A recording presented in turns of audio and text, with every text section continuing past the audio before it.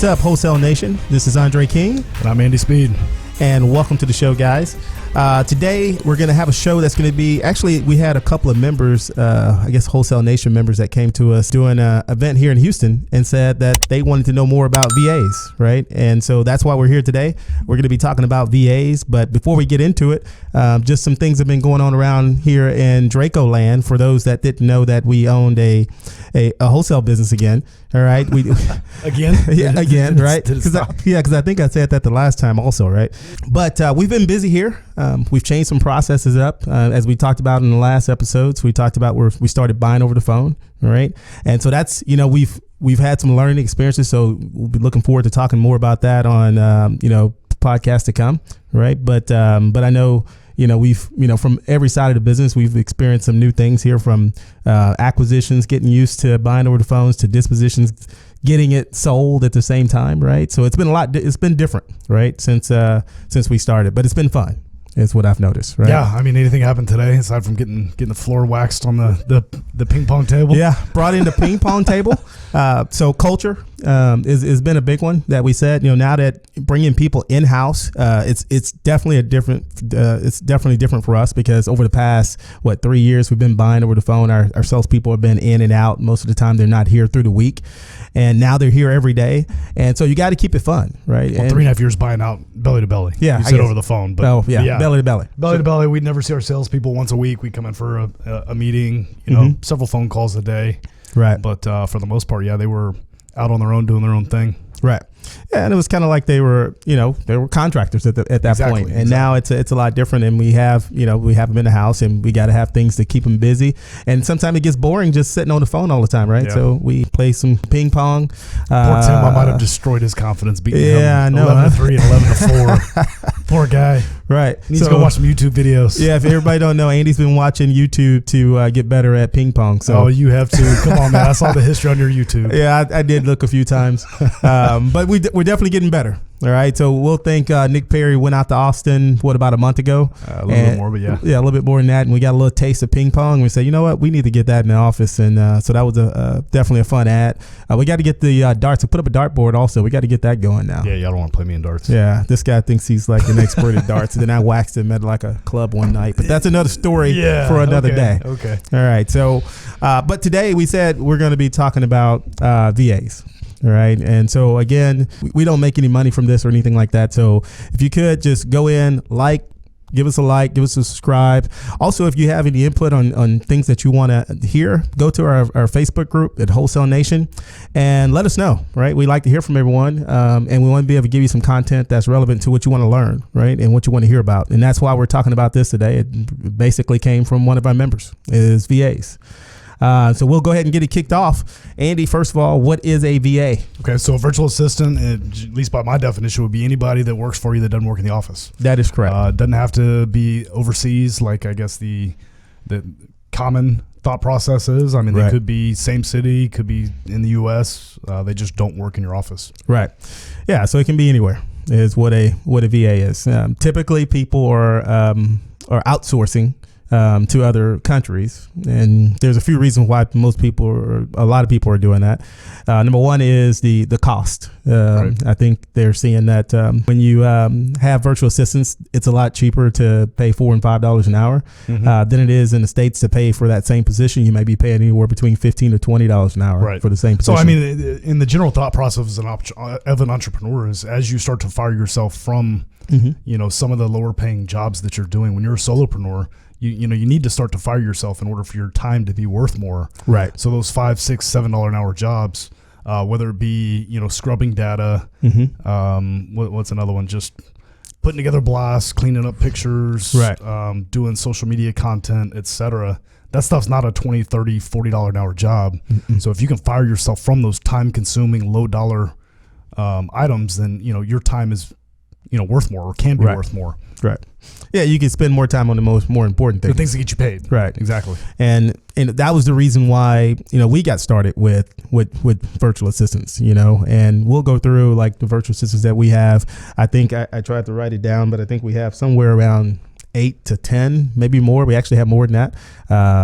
You can add them up, but I think we're over 10 VAs right now, if you're including cold callers. So we'll go through probably should have added that up before we. Yeah, I know. I think we have 10. I think we now have 10. Now we're going to talk about culture and all this other stuff, and I don't even know how many we have. But yeah, we have several. So I know them by of course the position and things like that, and what we have them in. So today we'll go through so how do you hire a VA? What are some best practices there? Where do you find them? Best place to recruit VAs, and then from there, once you get them on, is how are you going to train them and get them into your culture, so that they feel like they're a part of the teams, and you retain them. Okay, right. So let's talk about hiring them. Where do you hire them, or actually, what do you hire them for? So that's an excellent question, right? I think you covered a few of those, but it's any of the activities that you see that's kind of, it can be repetitive, right? And keep in mind, I want everyone to understand, just because they're virtual assistants and you may be paying $3 to $4 or $5 an hour, in their country, the dollar is valued a little bit differently, right? So, this person that you're paying $5 an hour for may be equivalent to a $20, $30 an hour person here in the US. The cost of living is lower. Yeah, so the cost of living is a lot lower. So you'll have a professional for that amount, right? So things you hire them for. So I can tell you for me, the first thing I needed someone to help with scrubbing some data. All right. And give you an example. I had a big file that I received from the county, and it was the code violation list is what code enforcement. And it was a huge list, and I needed someone to help with that. And I knew that was going to take me forever to get through. It was 3,000 names and numbers. I needed to go into the county, drag the information take the account number and drop it into the county website, and then get the information. Well, it's going to take me forever. Address. So you get the county whatever the tax number, right? It's all I have the tax number, yeah. Okay, and then you'd have to drop that in, and then find the address, right? And so if I was going to do that, then that would take me away from everything that I need to do. And if you've heard previous episodes, you should be focusing on money making activities. And at that point, that wasn't a money making activity. That was I needed to do it, but it would kill all of my time, and I wouldn't be talking to sellers. Right? Yeah, you could pay $40, $50 to get that done for you, and then you've bought yourself 10, 20 hours, right, of your time back. What could you do with that 10, 20 hours? Even if it's watching football, it's better. Yeah, it's better than sitting there and scrubbing. Anything's better than anything. Yeah. And so those are the kind of things that if you catch yourself doing, those are the type of jobs you want to outsource to a VA who can get that done. And a lot of times they're more efficient and better than you at putting together the data and everything. That's what I found. A lot of them are really great at Excel, and they can really manipulate some Excel sheets and get this thing done a lot faster for you. Okay, so data, posting to Craigslist, yes, posting to Facebook, right. So social media, any social media posts or anything like that can be used. You can use them for cold calling. You can use them as, for us, I'll just run through a list real quick of what we use our VAs for. We have one, Nelsa, who's basically she's the data person that I'm talking about, and she's constantly scrubbing county websites and putting that information in so that we can mail. And right now she's over our probates, and she takes the probates, she mails them, she does everything. So directly from the county and she mails them. And so that's what she does. All right. And she's been working on putting together that type of data for the last 3 years. The next one we have, she's probably our right-hand girl. She's always, she's on our conference call. She's with us all the time. That's Jo. She's our virtual lead manager. And so her job is just to control the leads, make sure everything's flowing in the right spot. I'm going to count them because I don't know how many we have now either. Right. There you go. So there's two. All right. And then Sarai. Right. And then we got Sarai is she's over our cold callers. Okay. Right. So she's in charge of hiring, in charge of developing them, managing them, that kind of thing, and recruiting. And she's out of the other two, of course. I guess they're out of Mexico. Yeah, we had one out of Philippines, and then the rest are now out of Mexico. Philippines. Jo is in Mexico. She's out of Mexico. Sari is Mexico. The rest are going to be mainly Mexico. And then we have one more Philippines you forgot. Right. Spencer. Let me get to Spencer. So we had 5 cold callers. And all of those are going to be in Mexico. Specifically, we have them in Guadalajara is where they're at. So is it still 5 cold callers, or do we have 7 that are just making up 5 full-time positions? No, so we have 5, and we move 1 to to listening to the calls. So she gives me a report now. She was good on the phones, but better as more of a, that's Wendy. Wendy is taking care of that. I know Wendy. Yeah, so Wendy takes care of that part. But that was a part that we were missing. We saw that when we first started with cold callers, that we needed someone to kind of watch over and make sure they're saying the right stuff. Quality control. She's doing quality control on the cold callers. So if you guys can't tell, Undrea manages our cold callers. I'm here learning some of this stuff because I know it's shifted over the last few months, just as you guys are. So we got 5 cold callers. Wendy has moved over. She's a 6th to quality control. Sarah's managing all the cold callers. Right. So we'll step back here in just a minute and kind of show how this structure changed, because I do know that, and it's interesting how we went about it differently than in years past with our cold callers.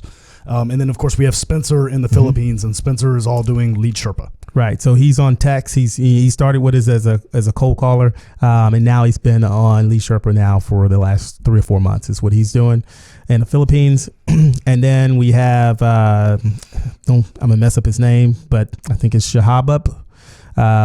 He's out of Sri Lanka, and he's over this part. So he's helping us with Wholesale Nation. He helps us with the podcast. He does the video, that kind of stuff. Right. Okay. And what other parts do we have? Was that everyone? I think that's it. What's interesting though, we're going to jump into hiring them for a second, but with our cold call center, we had gone from, the Philippines. We built out a cold call center there. Right. Then we brought it in house, and then we moved it to Mexico. And where we went differently in the 3 sets was we hired Sarai. I'm going to screw that up. Sarah. First, and she had managed the cold call center before, and then she was responsible for hiring, training, developing all of her cold callers. So really just managing the day-to-day. Right. And then, you did the training twice a week, and some quality control, and now we even have a quality control person. Is Sarah still doing some, whatever? Yeah, so she's still, she does, she kind of manages the whole process. She's a part of the package, so we don't pay anything extra to have her. So it's definitely a blessing to be able to get her. But she manages the entire process of getting people in, right? She brings them in, and then we get a chance to listen to them. They go through a bunch of old data. So we'll go through that when we go through the training part. Okay. But she's still a big part. She's the main part of it. Okay. Right. So let's jump back to hiring. If at what point do you decide to hire a VA? Right. At the time where, again, you look at the duties that you're doing, and if you have something that you're going to be, that you look at and you're like, man, this is just a waste of my time, and you really hate it, and it's repetitive, something that you can just put somebody there and they can just do it over and over again, like data, any type of data entry stuff, that's the things that I would put a VA on. Okay. Right. So maybe even the first hire is a true assistant type. And assistant as well. Somebody that's pretty diverse. They can do, data uploads. They can clean up pictures. They can scrub lists, do basically any of the nitpicky tasks, repetitive stuff that you come across. Right. Okay. Yeah, I think that's perfect. And the other thing is that if you start with somebody like that, you can go to a more advanced, like as you go into cold call managers and things, that's a little bit more advanced. But because we've already worked with virtual assistants, we know how to train them. We know how to communicate, the best ways to communicate and that kind of thing. It makes it a lot easier to train when you get to more of an advanced position for a virtual assistant. Okay. So I love it. So we're ready to hire. We know we have tasks. We have the funds to do it. It's $480, a month. Right. Basically. Right. Or every 2 weeks. What is it? Depends on which one it is. Yeah. They average about, all of them are between $5 and $6 an hour. Right. Okay. So how do we hire them? Where do we go? Yeah. So there's several sources you can use, right? And so I'll give you what we've used in the past and what we use. Upwork is a huge one. If you hadn't checked out Upwork, Upwork allows you to put on your resume, and then you can have people apply. And you can also go in, it'll give you suggestions of virtual assistants that are going to kind of meet the criteria, because you can really dial down the criteria, and then you can send it a special invite for those so they can make sure to fill out the application. So do you spend a bunch of time making sure that you get the right candidate, or you just kind of find somebody that's breathing and sign them up? Right. So I've made that mistake, right? Which mistake? Of just jumping on anyone. Okay. Right. It's no different than hiring somebody that's going to be in-house, because what you're going to find is, like, a lot of people are looking for jobs, right? And just like here in the U.S., you'll run into the same thing. So you have to make sure that the person will fit the criteria. What I did was I actually did something. I put like a little equation in there. So when they put in their resume, I put in there exactly how I wanted them to do it. So I had like, you need to answer the question 8 + 1 and then your name, right? And most of the people didn't even see that, right? And they just put in the information, submitted their resume, because they were just submitting it to thousands of jobs at a time. They didn't care. And I wanted somebody that really cared and paid attention, because I needed somebody who's going to be doing data, and I wanted somebody who was more analytical, right, and would pay attention to that kind of stuff. So that needs to be a part of your hiring. If you want somebody who's going to be really paying attention, you need to have that a part of the test when you're trying to hire them. Yeah, absolutely. Mm-hmm. The first VA that I hired was to pull probate data. Mm-hmm. And of course, in Harris County, our data's online. Right. Your county, you can check it. It might or might not be.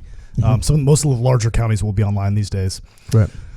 But I basically told them what I wanted. I said, hey, I want all the executors for this date range. Go pull it, and that was kind of the start of their interview. You had to pass that in order to even talk to me. Right. And you'd be surprised how many people wanted to get paid to do that. It's like, no, man, there's a job waiting at the end of this. Mm-hmm. And then probably 8 or 12 people, which is to me a pretty high number, right, actually went through and took the time and read my instructions and did it and went through line by line and pulled the information for me. Right. And I'll add to that. Now, if you are looking to other places to hire people would be like sometimes you're just looking for one-offs, and a good place to go for that is Fiverr. I think we use Fiverr for like little things like graphics. So that's not actually hiring like a VA. That's a little bit different. That's just doing a task. Right. And I can tell you, I've tried. You're not going to pull them from Fiverr. You're not going to pull them from Fiverr. I've already tried that to try to pull. I had a really great one on Fiverr. I even went over to their Facebook page. So, hey, you're looking to maybe be full-time somewhere? But when I looked this person up, they had a complete business. Like, this person was legit, right? So you're usually not going to be able to pull them, even though they're, you fall in love with them. You got to pay them through Fiverr, and everything has to go through Fiverr. So you were looking for somebody full-time to make logos? Right. I was looking for somebody full-time. Actually, it was for the podcast. It was for the podcast, and I really liked the guy. But he had a full-blown business where this is what he did. And so, of course, we couldn't pull him. So if you ever try that, that's probably not going to work out for him. And it's not good for them, because you end up, they get fired. All right. So we have Upwork, Fiverr. Mm-hmm. What else if you're hiring a virtual assistant? And again, it depends on what you're looking for. There are some services like Revis who have like what is this? Revis? Okay. It's kind of like Ivis was the same thing. They're for real estate, first of all. Right. And so it's whatever you need. So if you need someone that needs a transaction coordinator, if you need somebody to post your property, so any position that's in the wholesale business or real estate business, they have a virtual assistant that they've already hand selected and they've already trained for that position. That sounds dangerous. Right. I don't know if I want somebody trained. I'm going to get into that. Yeah. Okay. Yeah. And you're right. You might as well talk about it now. So we fell into that trap before. Right. And if you go with that, you got to remind yourself, like, they're not trained in your business. So even though a lot of the people who we hire in our office have been trained to work in the position, some type of position, they've done some type of sales before, but you don't just put them in there and just say, okay, now go to work. They really need to understand what we do, and you have to constantly train them. And I made that mistake of relying solely on the training of that company.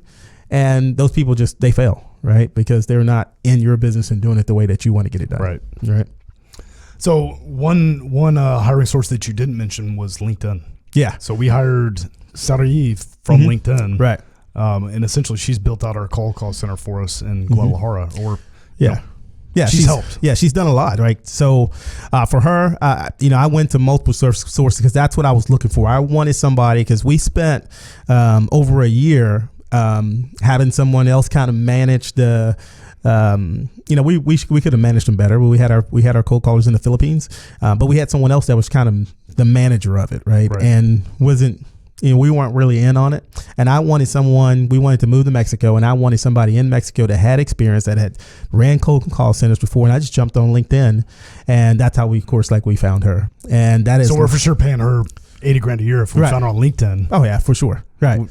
Yeah, for sure. If she was here, it would be 80, 90, probably more than that. So, but she's not here. But she's not here. So even though it was LinkedIn, we're not paying 50, 60 grand. Like, you don't have to go to Upwork to get the rates that, that you would ideally want. if you're outsourcing to another country. Okay. Yeah, we went to LinkedIn and we're paying the same thing that we've been paying with. We're actually a little bit less than we're paying with the ones that we picked up from the other sources, right? So it doesn't. They're everywhere. You just have to look for them, right? Okay. And those same people who are posting on LinkedIn are posting other places. For cold callers, another place that I looked was at outbounders.com. Outbounders, the good thing about it is that it'll allow you. It's mainly for cold calling, but you can also hear them say a script, right? And you can pick the country of where you want them from. Right. So maybe you want to make sure that they're more culturally sensitive and understand the culture. Then you pick someone maybe that's a little bit closer to the U.S. that really understands it. But Outbounders is a good one for that. And then there's like onlinevas.ph is another one if you just want somebody strictly from the Philippines. It's kind of like an Upwork. And listening to that. Yeah, it's kind of like an Upwork. But we were debating between Gail and Spencer. And we're like, let's just hire them all. Yeah, just put them all on. Hire them all. Put them all on. All right, so but those are your sources. All right, so we've talked about hiring, right? And we're going to interview them just like we're hiring somebody in house. That's right. We've got a job description. We've got an expectation of what we want. We know how we're tracking their metrics, etc. Let's actually talk about training a VA, because this is where I started to go wrong with my first VA. Right. I think it's where a lot of people go wrong. How do you train them? What's the difference between training a virtual assistant and training somebody that's in house? Yeah. So this is where most people make the mistake. Right. So what's the difference? So number one is I can only tell you what I did. All right. And what's worked. Number one, you need to be able to do the job. Right, because you need to be able to show them how to do this job and explain it. That's going to be number one. If you don't know how to do the job, you're going to have a hard time trying to get this over to a virtual assistant, especially if you have one that's more of an if-then type person, right? So you need to show them exactly how to do it. And so what I did was I just jumped on. There's plenty of systems you can use, but I just jumped right on my Mac and I record myself doing the job. Right. And I just make the job, for everything that they need to do. I show them how to do it in a video. Right. And they get it just like that. Right. So that's going to be step one on training them. You need to show them exactly what you need to do. So if I need them to be able to pull probates from the county, number one, I need to know how to pull probates from the county website. OK. And I just pull up the website, talk them through it, show them the video, and then I send over the video, and that's how we start training them on how to do it. Okay. So back to the question. Yeah. We missed the question. Right. What's the difference between training a VA and training somebody in-house? I mean, in reality, the only difference is the person's not in front of you, right? So they're not face-to-face with you. That's really the main thing. But I really don't see there's really not much of a difference, because you still need to be able to train them the best possible way. A lot of people just let them just fly. I think you were thinking that was maybe a trick question. No. The point is there is no difference in training a VA versus training somebody in person. Yeah, a lot of people just let them fly, and you just can't do that. I've been guilty of that. Just let them fly. We have. Yeah. And my VA that I hired to do the probate, I didn't train him. Like I expected him. I did give him an instruction sheet, and I gave him the recording, et cetera, but I didn't spend any time. Like in the interview process, he knew how to do what I was looking for. Right. Like he did it correctly. It's like, hey, that's great. Plug and play. Let's go. Over time, I didn't manage him at all, which was a problem. And then he steadily started squeezing his hours up on me. So, it was $120 a week is what I was paying to get this guy to pull probate. And it was a 2-hour deal. Right. And that'll happen, right? If you don't manage the process and expect what you expect. And so to go back to, I want to answer that. So there is a little bit of difference, right? So you asked a question. I said, really, there is no difference. There is a little bit of difference. And you just said it. The main difference between the virtual assistant and having someone here is that virtual assistant, if you will allow it to happen, you will forget that they're there. Ooh, out of place, out of sight, out of mind. Right. And the day you forget that they're there is the day you start getting robbed. Right. Especially if you got the wrong person. And it's just what Andy just said. If you forget that they're there, what'll happen is you'll go in to listen to your cold calls and you'll realize they're singing at the end of their message, things like that, right? Because we've experienced that where we thought, so what's going on with these numbers in the cold calling? And it's because we hadn't been listening to it. Yeah. We forgot that they were there, right? And we thought they would just go to work and make it happen. Well, that doesn't really happen all the time. So you got to really make sure you inspect that. So that's really the main difference. Once you've hired them, once you've trained them, you just said it. You really can't just go out of sight, out of mind. You need to continue to treat them as employees as if they were in-house. Right. So what do you do in today with our cold callers, with Joe, just as a general? I know each one is different. Right. Some of them are with us every day. Some are with us 2 or 3 days a week. What are you doing with our cold callers to make them a part of the team and continue development and, really for them to know that, not that we're watching them, but that we care. We're part of the, want them to be part of the business. team. And tell you the truth, they really like it. But the first thing you got to do is you got to have a way to communicate. Okay. All right. And so we use Slack. If you've never used Slack before, Slack is awesome. And so I just have multiple channels on multiple workspaces on the Slack here. Our team uses Slack here in the office.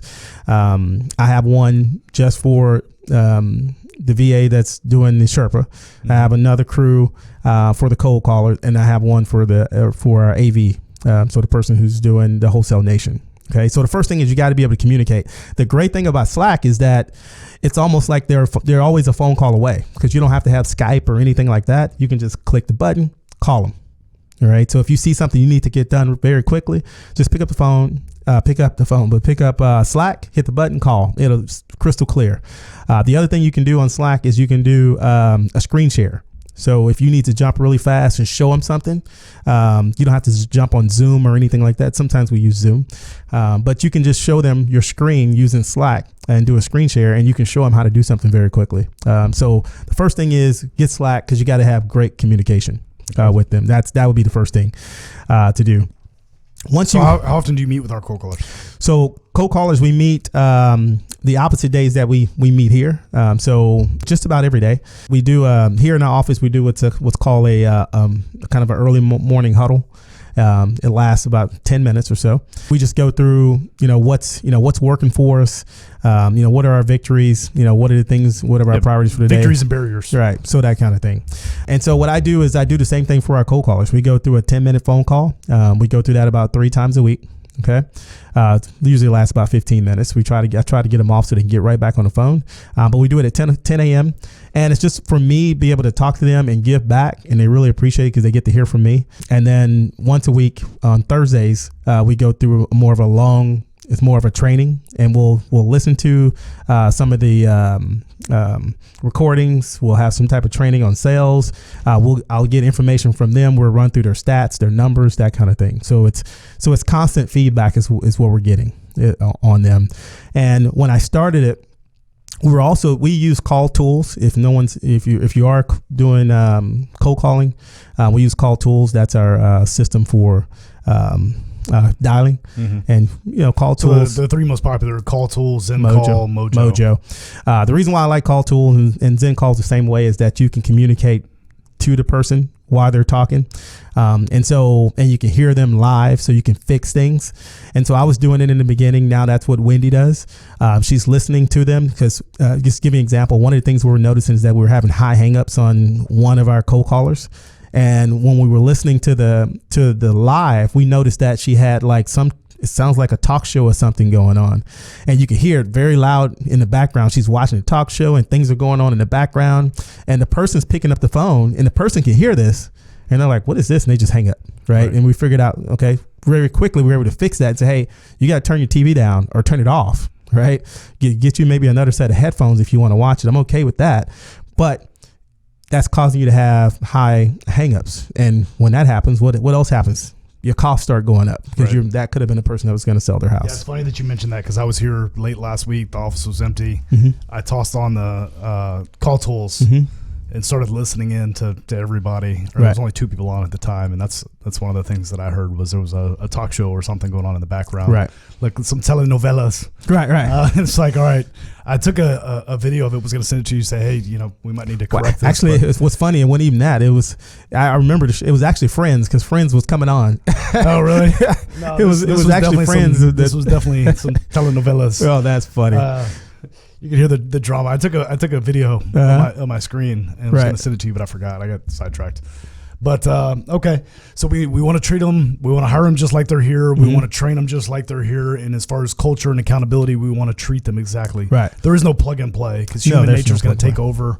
And if you're in the Philippines, there is not necessarily a pyramid scheme, but these guys will hire somebody. If you're paying them $6 an hour, they'll hire somebody at $2 an hour, have them do the job, and they'll just essentially manage take on another job. Right.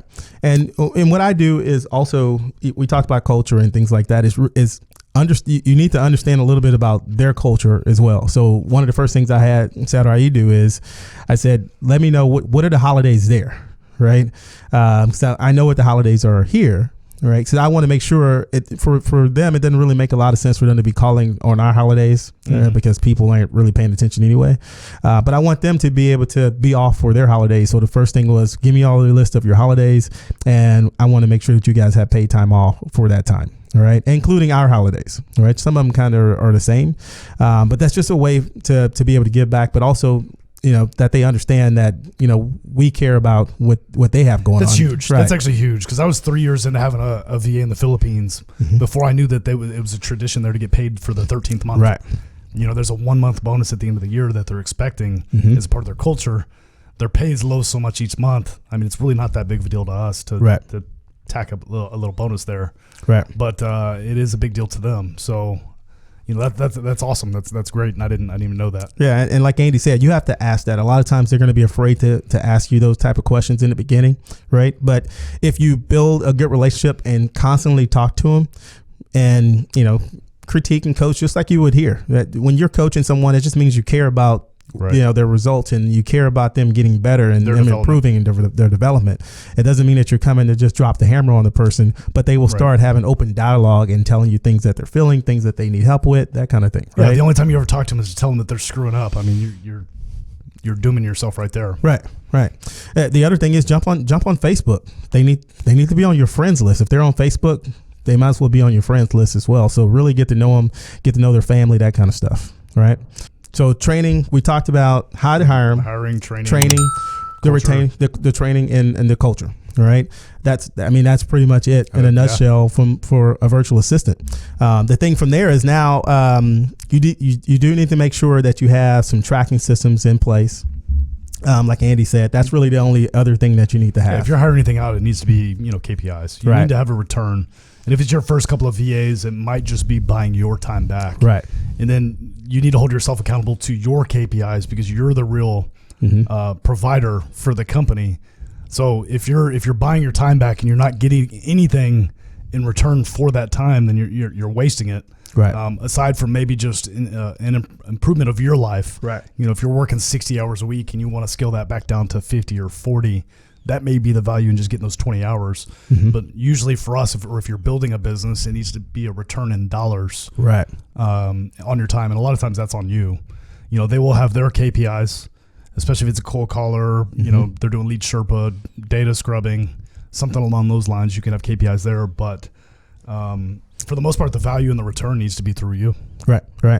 Yeah, I think, the cold callers is probably a time for another, that's a whole nother podcast just on that alone. But if you're not monitoring that, I think Andy covered it earlier, you really have to monitor that part of it. Because even though, like I said, if you ever lose touch with them, you will start to see yourself start losing money. You didn't sign up to have virtual assistants for that. Again, it was there to be able to help you, assist you, help you grow your business. That's what it's really about. Okay. Yeah, and I would definitely say if you're anywhere in the South and you are hiring cold callers, it would definitely be better to go to Central and South America. Mexico. Versus, that'd be Central. Yeah. Versus the Philippines. Yeah. I mean, there's definitely a cultural barrier. The time issue is so much better. Just relative. Oh, you missed, that was a big one right there. Yeah. Time. Yeah. I mean, they're working overnight in the Philippines if they're working on our daytimes here.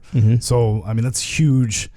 Culturally, there's some more, alignments than there is in the Philippines.